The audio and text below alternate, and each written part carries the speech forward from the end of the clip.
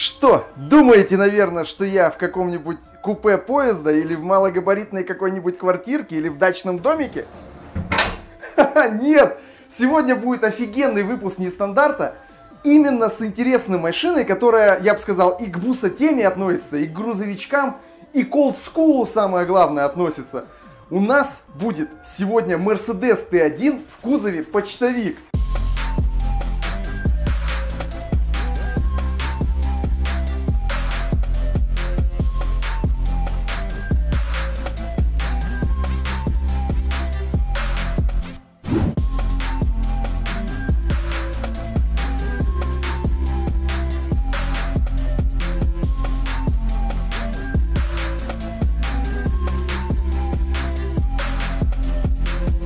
Да, у нас на канале все-таки японские машины преобладают, но мы же позволили поучаствовать на канале SsanYong из Стани. Мне кажется, что вот интересные машины, неважно, кто их произвел, абсолютно. Итак, у нас почтовичок T1. Это, в принципе, олдскульная достаточно машина. В таком кузове они закончили производиться в 95-м году.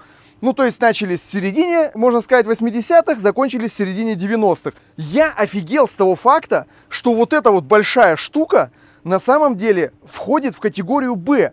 У нее вес, общий вес, да, то есть со всеми делами 3300, то есть не доходит немножечко до 3,5 тонн. Ее небольшой вес объясняется очень просто. Весь этот огромный кузов, вот этот большущий, я его из интереса даже рулеткой померяю, он стеклопластиковый. Пластиковая штука, понимаете, вот эта вся будка пластиковая. Это нам, кстати, во-первых, обеспечивает ее надежность и долговечность, да, она же тупо не ржавеет. У него ничего нигде не будет протекать, потому что это всегда можно легко подклеить, замазать. В общем, пластик есть пластик, да. А во-вторых, это нам обеспечивает возможность абсолютно безумных переделок. Из этих машин делают и автодома, и фудтраки. То есть можно всегда прорезать любые отверстия, вставлять какие-то там стекла, полки. Элементарно многофункциональный такой автомобиль. В нашем регионе они не очень распространены, хотя я посмотрел по драйву, по дрому, по автору. Именно почтовики, а не какие-нибудь там, не знаю, скорой помощи, да, в таком кузове, они вообще сами по себе мало распространены. Вообще везде по России. Стоят они такие сейчас относительно недорого. В хорошем состоянии за 500 000 можно приобрести. Я посмотрел по пусть и немногочисленным, но имеющимся в интернете различным отзывам, описаниям и прочее. Люди, никто не жалеет о покупке такой машины. Обычно ее адаптируют под какие-то свои идеи и потом катаются и радуются вполне себе.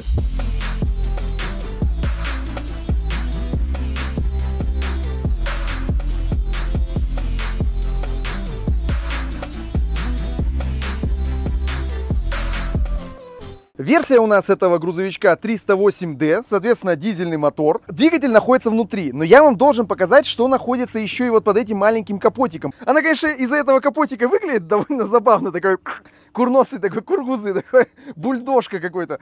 Но в любом случае, зато нам удобно добираться до каких-то мест. Металлические упоры, то есть здесь нету вот этих всяких, ну, гидравлических стоечек этих, никаких там этих штук. Здесь просто вот металлические стойки с крючком-упором. Нормально, то есть, опять же, крепкая конструкция. Доступ все так же, как в Истане, к радиатору, к тормозам, получается, к вакуумнику. Морда у машины вся разбирается, вот здесь вот все, болтички, все. Можно спокойно снять вот эту решетку, то есть еще лучше себе сделать доступ. Если из Стана это переднеприводная машина, то есть там мотор стоит также продольно, тот же самый, ну не совсем тот же самый, здесь 601 двигатель конкретно у нашей версии. Ну бывало, кстати, такой же, как в Истане 602. А в Истане ОМ 602, да, 602 двигатель. И там коробка переднеприводная, то есть продольная коробка и переднеприводная. А здесь все-таки есть кардан, есть мост. Ну, в общем, более привычная компоновка такая автомобиля. Я думаю, посмотреть вам будет прикольно. Кстати, я не удивлюсь, если кто-то уже быстренько заметит вот эти козырьки Лада, да, жигулевские. Но на самом деле это обусловлено именно практичной стороной, потому что здесь изначально просто решетки вот так воздуховода, которые открыты всем ветрам и всем дождям, соответственно. Туда может все заливать, попадать. Зачем это надо? Можно повешать вот такие козыречки. Элементарно сделано, выглядит вполне себе элегантно.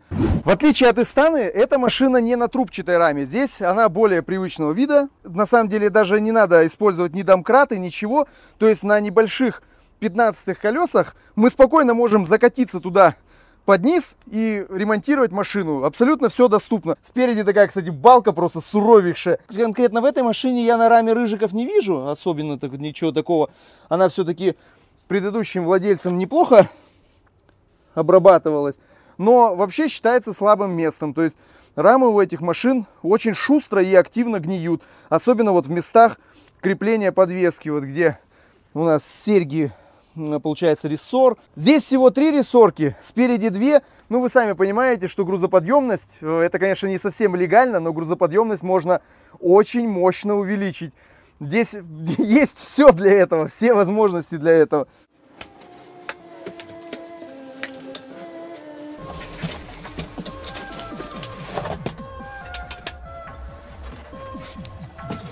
Доступ здесь к движку вообще нормальный, в отличие даже от той же Истаны, здесь куда удобнее все доступно. Пожалуйста, доступ, что с той, что с другой стороны, я вам так скажу, даже в бескапотных всяких японских микроавтобусах, где вроде бы просто открыл крышечку тебе, и вроде бы вот он мотор, но там реально бывает обычно открыта только одна какая-то сторона. А здесь с 2 сторон все открыто, вообще хорошо. Мотор 2.3 объемом и, по сути, не очень большой мощности. Если бы не большой достаточно крутящий момент и не легкий относительно такого габарита кузов, этой машине было бы очень трудно ездить. Они бывали на автоматической коробке и, соответственно, на механической. У нас механическая коробка свапнутая, то есть изначально машина была на автомате, и на автоматической коробке они помощнее, чем те, которые на механике, и отличие аж в 10 лошадей, то есть 82 лошадиные силы на автоматической коробке и 70 лошадиных сил, тоже там 72, 73, что-то типа такого лошадиных сил на механической коробке. А у нас, по сути, самый отличный вариант на правильной коробке на механике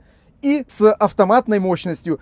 Все идеально. 150 ньютон крутящего на 2800. Я думаю, это отлично. У двигателя, по сути, из самых таких основных недостатков, точнее даже не недостатков, а просто моментов, на которые нужно обращать внимание и про которые надо знать. Это то, что у него 2 цепи. Одна цепь ГРМ работает, кроме распредвалов, соответственно, еще и с топливным насосом. А вторая цепь, тоненькая цепь, однорядная, работает с масляным насосом. Но в любом случае, как везде в отзывах пишет народ, если не жлобиться на приличное масло и не менять его раз в 1000 лет, а все-таки как-то относиться более бережно к мотору, то проблем двигатель не вызывает. А что, откуда тут вообще какие-то проблемы возьмутся? Механический ТНВД, никакой там лишней проводки, электрики, никакого геморроя. Что здесь может быть не так? Как и должно быть в любом коммерческом транспорте. В те времена весь мир старался делать надежные машины, а не просто то, что как по истечению срока гарантии сдохнет. Мне здесь в кузове нравится, смотрите, какая удобная подножка. Прям четко можно подниматься, опускаться. Я думаю, тому, кто въедет в зад этой машине, очень не поздоровится, потому что это только кажется, что здесь вот просто, ну, типа металлический лист, да, положен. А на самом деле он очень прочный, капец. Ну, бережем фонари, соответственно. Потом, смотрите, мне какой момент понравился. Здесь есть такие резиновые крепежки для дверей. Смотрите, вот такие. Пипка и пупка. Смотри, раз, она туда чик и вставилась. То есть открыл, все, резиночки их держат, замечательно. То есть это не просто, ну типа резиновый буфер, это именно как резиновая защелка такая. Видите, вот эти отверстия по низу сделаны? 100% я уверен, что это для того, чтобы, когда ты сидишь за рулем, тебе было в зеркало салонное, ну, назад смотреть удобно, чтобы ты мог видеть, куда ты сдаешь назад, соответственно. Резинка здесь уже, конечно, пожившая, да я уже даже вижу, что она уже здесь стояла не родная. Ну, тут уже все готово для того, чтобы ее поменять. Здесь резинка простая, тут, соответственно, можно вон от Жигулей, от чего-нибудь подобрать, сделать свеженькую, все будет отлично. Так, 186 умножить на 3, 150. 6,5 квадратов. Ёлки-палки, это кухня в Хрущевке. Ё-моё, это кухня в Хрущевке, блин. Мне еще нравится, что здесь сделаны сдвижные двери, вот эти между кабиной и кузовом. У тебя, получается, экономится место. То есть, если была бы распашная дверь, то она, получается, в кузове место бы занимала, да, когда открываешь. А тут можно прям до самой двери всякого накидать. Но только тебе потом тут будет эквилибристика какая-то, будешь тут лазить. Как это, Эйс Вентура, да? Все как дома, пожалуйста, делай как тебе удобно. Сделали 2 выключателя. Один здесь, один возле дверей, еще один есть штатный в салоне. Ну, типа, мало ли, ты же бывает, можешь погрузить какие-то вещи, когда уже темно.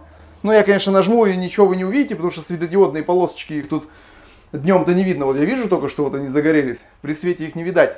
Ну, пожалуйста, обустраивайся как дома. Смотри, хочешь, вешалку такой себе сделал. Пожалуйста. Причем мне нравится, что даже в кабине сделан высокий потолок. То есть есть еще над кабиной большой кожух. То есть ты не нагибаясь, спокойно здесь шарахаешься, ходишь, бродишь. Вот это, кстати, не ящики, это арки. Это задние арки, они тоже пластмассовые.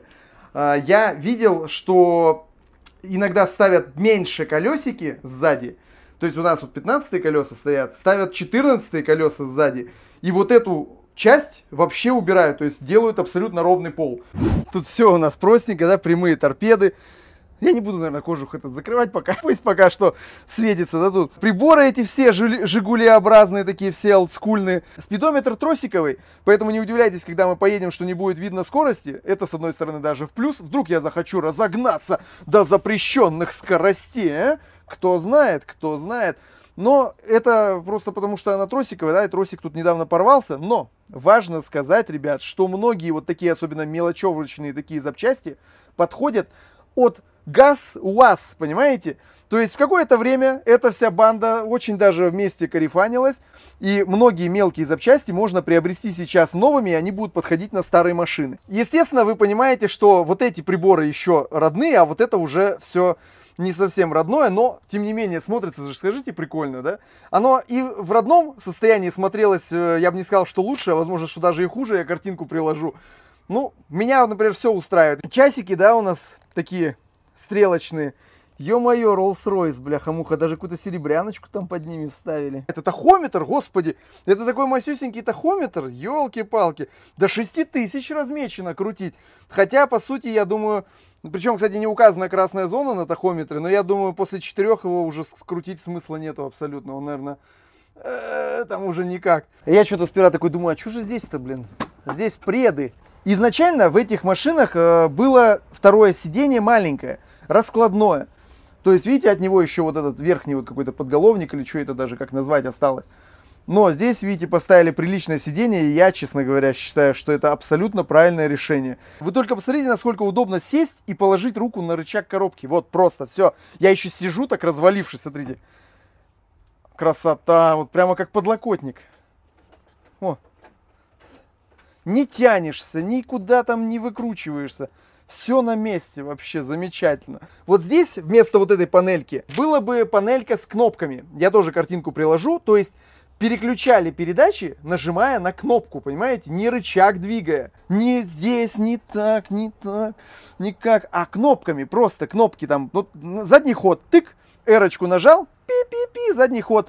Тык, дэшечку нажал, пи-пи-пи, вперед. Нет, вперед-то без пи-пи-пи, конечно. Но это если ты сильно испугался, тогда, может быть, и будет пи-пи-пи, я уж не знаю.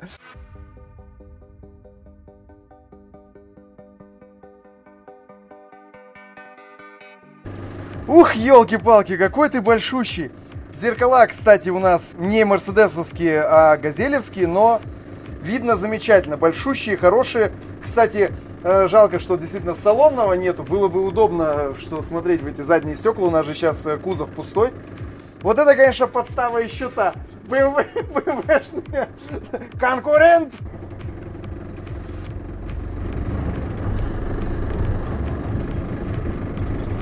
Хорош. Чик. Так, ну мы, наверное, со второй, да, как обычно. Газку побольше. Выезжаем смело.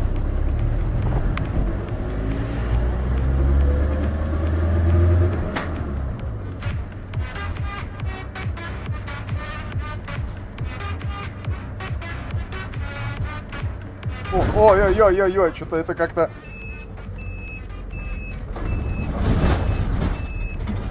Ну, однако... А?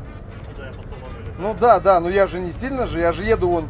А, у нас же спидометр не работает. Но в любом случае, я думаю, я еду не быстро. Мне еще вечно все говорят, что... Ой, мне так неудобно переключать коробку левой рукой. Не знаю, мне что правой, что левой, без разницы. Я прекрасно знаю, что этот ролик вряд ли будет очень просматриваемым. Но мне самому вот просто нереальный кайф доставляет покататься на вот этих необычных специфических всяких машинках. Ну-ка, маленечко чуть-чуть раскочегарим. Давайте, 4-я. Погнали. Вот в пол прям давлю.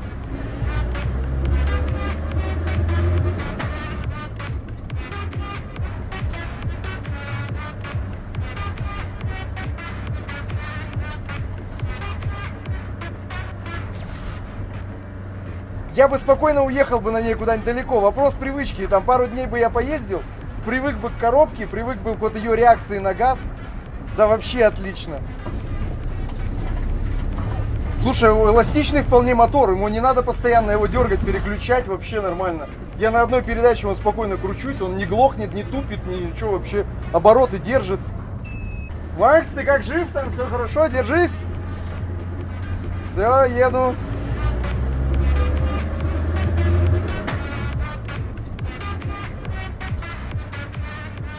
В общем, ребят, я, конечно, понимаю, что, по сути, ролик из разряда «История автомобилестроения у Яна на канале».